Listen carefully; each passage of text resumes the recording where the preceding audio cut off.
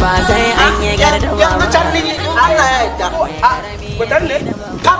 babu matsala ko ne ranke da shakura min ki za mu ci kaza tawo shikenan wallahi da gaskiya ya hito takara ke da madalla shikenan Yalo kwatan ne? Hauwa. Wallahi hito wagga da kaga nayi. Na'am. Gidanka na zanna in same ka. To.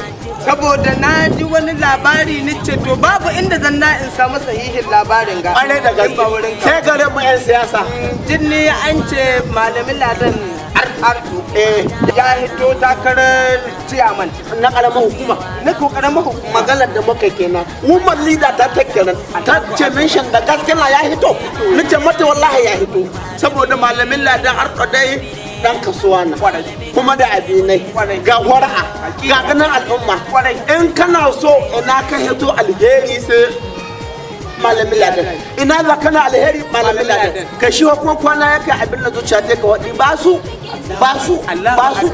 saboda haka yan uwa al'ummar jihar Sokoto al'ummar Sokoto South ga malamin ladan ardo ya hito dan ladan ardo rijiyar musulman Allah ka dai gane ya hito illa Allah shi kama dai lokacin zaɓen ga ɗaya ayi ta ƙari sai an yi ma ina laka a dama gidanka na ni in ban same ka ba in shiga neman ka to gani amma tun da yanzu Allah ya sa na gane ka kuma na gamsu to madalla nagode yawa yalo nagode Allah ya kiyaye nagode Allah ya tsare